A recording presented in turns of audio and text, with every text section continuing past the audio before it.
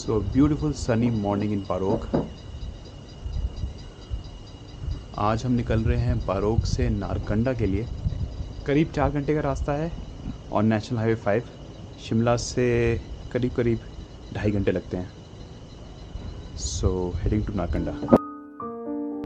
तो चालू करते हैं अपनी जर्नी नारकंडा के लिए। पारोग से नारकंडा का सफ़र करीब 4 घंटे का है, जबकि शिमला से नारकंडा 2.5 घंटे लगते हैं एंड दिल्ली से करीब 10 घंटे। Of course it all depends upon the notorious Shimla traffic jam. अभी हमें पारोग से नारकंडा के रास्ते पर नेशनल हाईवे 5 पे चल रहे हैं। हाईवे के एक दोनों तरफ खूब सेटलमेंट्स बन गई हैं, lot of shops, restaurants and houses.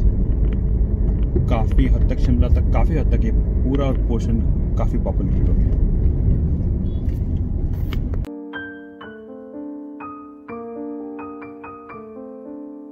तो इस समय हैं हम नेशनल हाईवे 5 पर, जिसको लेके हम नारकंडा और उसके आगे फाइनली किन्नौर तक भी जाएंगे।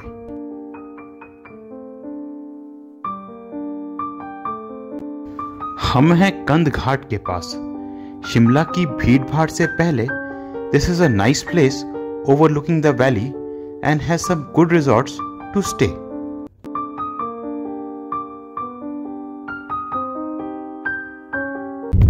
तो ये है शोगी। हम पास कर रहे हैं शोगी से। शिमला यहाँ से करीब 14 किलोमीटर दूर है।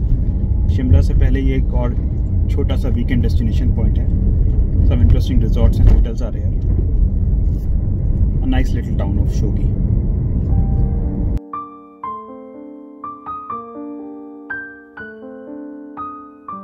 शिमला, यहाँ साइड में शिमला पहुँच ही गए हैं। राइट में पहाड़ी जहाँ जो कि दिखाई नहीं देती, मेरे सामने पूरा कंस्ट्रक्शन हो चुका है।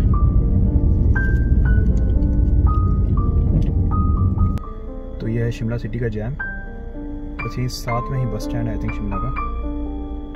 काफ़ी लंबी लाइन है इनफैक्ट।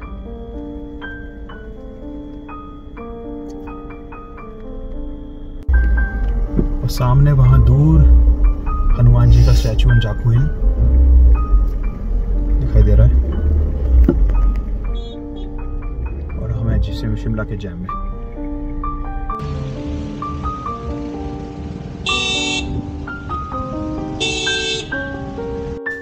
तो पहुंच गए हैं हम हिमाचल प्रदेश की राजधानी शिमला।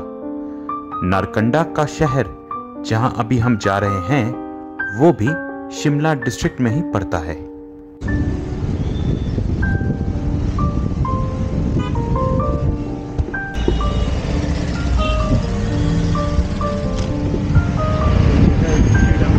तो यह सामने विक्ट्री टनल की वर्ल्ड वॉर के बाद इनॉग्रेट हुई थी, इसलिए इसका नाम पड़ा विक्ट्री टनल।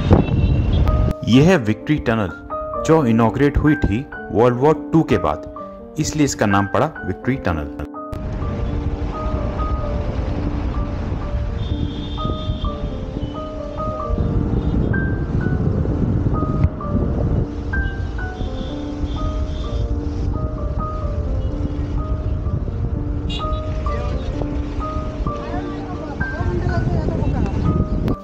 अभी हम हैं शिमला की सर्कुलर रोड पर। इस रोड का नाम ऐसा इसलिए पड़ा because this road encircles the entire Shimla city and also serves as the entry and exit point to National Highway 5। तो इस रोड के बाद हम फिर से नेशनल हाईवे 5 पर कनेक्ट होंगे on our way to Narkanda. Shimla का शहर पार करते ही हम एंटर करेंगे into the apple belt of India, जो शिमला डिस्ट्रिक्ट से करीब किन्नौर डिस्ट्रिक्ट तक चलती है एंड नारकंडा इसका एक इंपॉर्टेंट पार्ट है।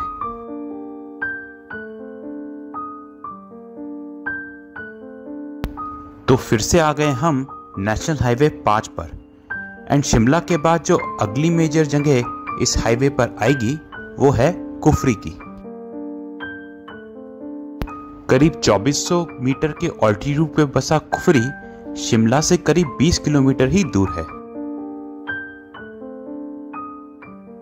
सर्दियों में अपनी बर्फबारी की वजह से कुफरी टूरिस्ट के बीच काफी पॉपुलर है।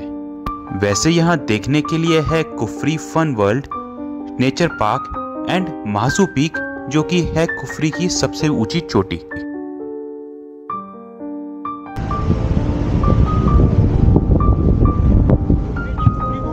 तो ये सीधा है वाइल्ड फ्लावर रिजॉर्ट ओबरॉय का, और ये हम आ गए हैं कुफरी, ऑलमोस्ट कुफरी पहुंच गए हैं, थोड़ा सा आगे कुफरी आएगा, और ये राइट में वाइल्ड फ्लावर रिजॉर्ट है।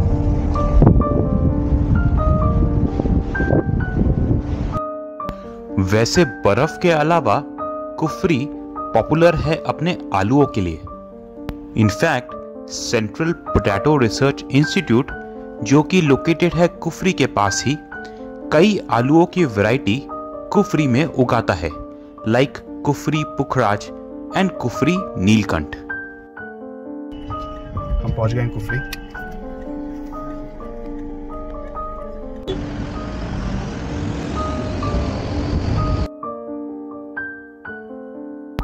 तो पहुंच गए हम कुफरी।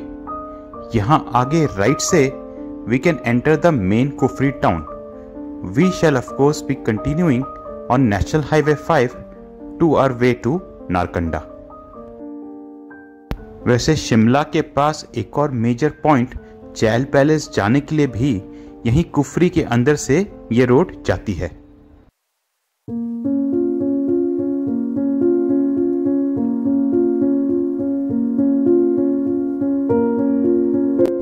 शिमला से नारकंडा के बीच में वी वुड नोटिस कि पहाड़ों पर the greenery increases progressively with pine, cedar, fir and spruce trees all around, giving a very pleasing look to the eyes. ये है Fagu. This entire place is the apple belt of India. Shimla से शुरू होती है और किन्नौर तक जाती है। दी इंडिया के best and probably the most expensive apples इस बेल्ट में उगते हैं। And Fagu is one of the villages in that belt. Phagu, Narkanda, Theog, all these are small beautiful villages.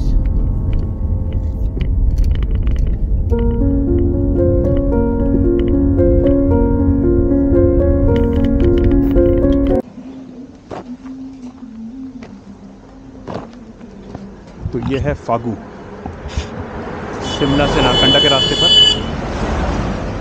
And this is the apple belt of India. पूरा area Shimla, Narkanda, Phagu, Kinnaur तक is the apple belt of India. Beautiful places, small villages but very beautiful.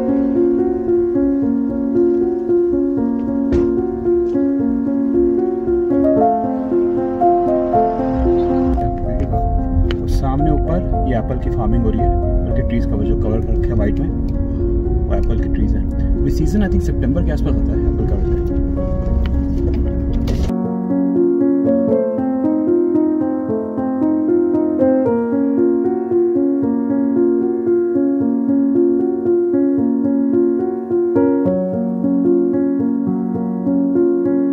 Shimla इन कुफरी की भीड़ भाड़ से दूर, places like Fagu are ideal hamlets to spend some quality time in the lap of nature. तो अभी हम पास कर रहे हैं थियोक से, थियोक की मेन मार्केट से। तो ये है थियोक, again a small but a beautiful village. Though its very busy market may belie that fact. यहाँ पर कई अच्छे रिजॉर्ट्स भी हैं टू स्टे। फॉर एग्जाम्पल ताज का थियोक रिजॉर्ट।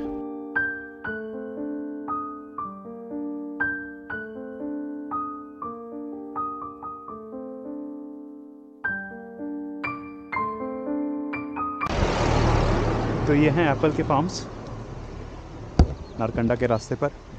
कवर्ड है इस टाइम। एप्पल का सीज़न अराउंड सितंबर में होगा। छोटे छोटे एप्पल्स दिखाई दे रहे हैं। इनफैक्ट इफ वन नोटिसेस, अभी सितंबर के आसपास ये फुल होंगे। फिर नोटिस बहुत छोटे छोटे हैं अभी।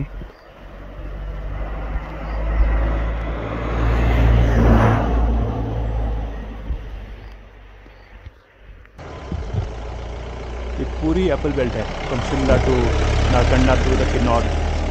यहाँ पे इंडिया के best and probably the costliest apples होते हैं। And very beautiful place, very beautiful.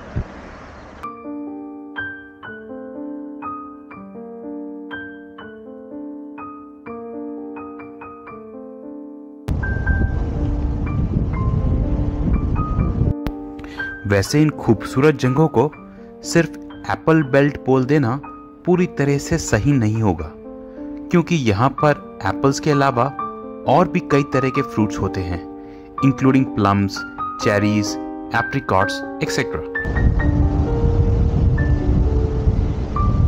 ये मतियाना है।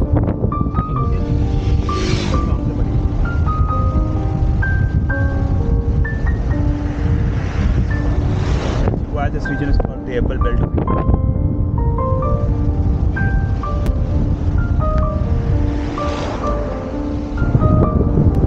तो ये है मतियाना, नारकंडा से पहले नेशनल हाईवे 5 पर अगेन एक छोटा बट खूबसूरत गांव।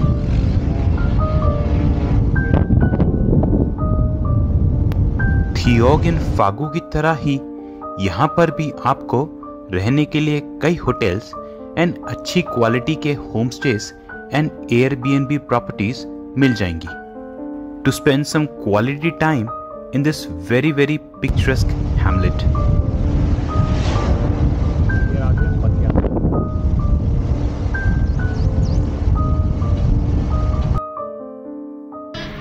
ये सामने प्रॉब्ली नारकंडा का विलेज है, पूरा एप्पल फार्म से भरा हुआ है, फुल लुकिंग सो नाइस। पूरी हिल पे एप्पल की फार्मिंग हो रही है।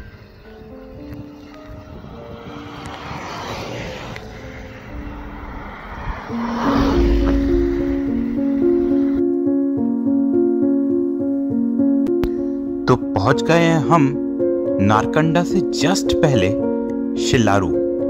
ये जगह फेमस है अपने हाई ऑल्टीट्यूड हॉकी स्टेडियम के लिए, जो कि लोकेटेड है करीब 2500 मीटर के ऑल्टीट्यूड पर। यहाँ से नारकंडा की लोकल साइट सीइंग एंड आगे की जर्नी हम नेक्स्ट वीडियो में कंटिन्यू करेंगे। So thanks for watching this video and bye for now.